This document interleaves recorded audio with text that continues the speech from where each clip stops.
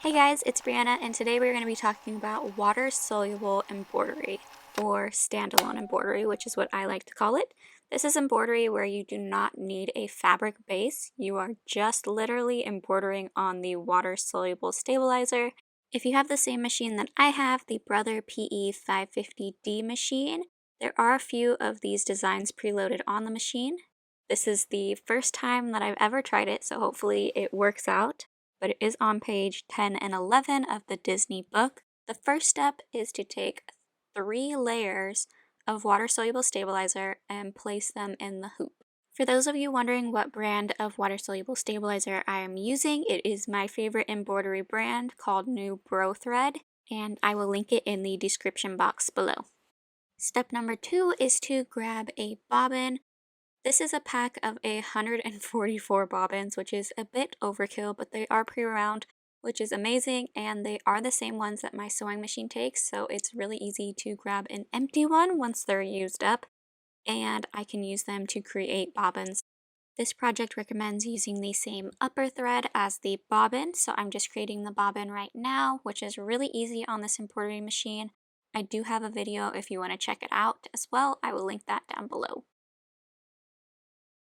Now that everything is prepped for the project, it is time to thread my machine. So my bracelet, the main color is going to be this deep red. The example uses a pink. You can use whatever color you want. Just make sure that whatever main color you are using for the first step of this project is the same as the bobbin thread. Place the prepped hoop in the machine, and it is time to start our design.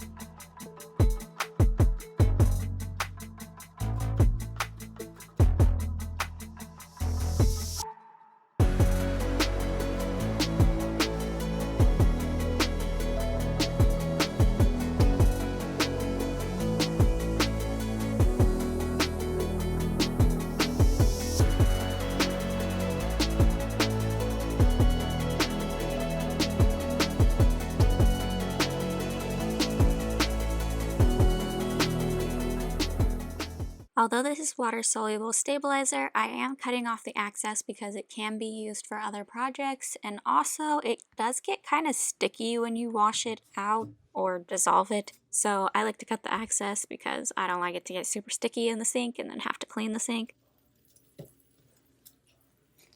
As soon as the water hits it, you can see it start to dissolve.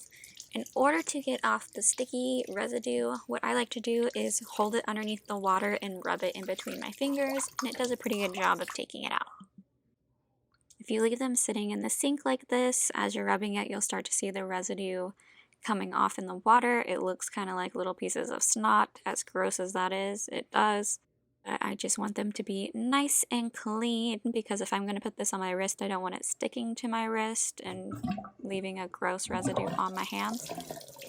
Take a paper towel or washcloth and wrap it around the pieces to dry them off and let them sit until they are dry. Once all the pieces are dry, it is time to play with how I want the bracelet to look. I found that the two pieces with the mouse heads made it too big for my wrist. So I'm taking off all of those and using the one with the most amount of mouse heads and the little back or extender, whatever you want to call it, putting that on and then placing it on my wrist. I do find it a little frustrating that you have to embroider all the pieces, because what if you don't want the pieces for the necklaces? Because I really don't.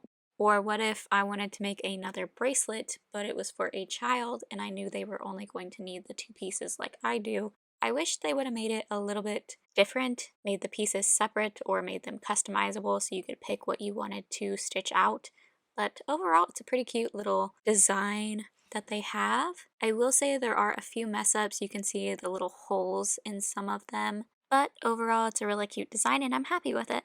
I hope you guys enjoyed this video. If you found it helpful, don't forget to like this video, subscribe to my channel for more content from me, and I'll see you guys in the next one. Bye!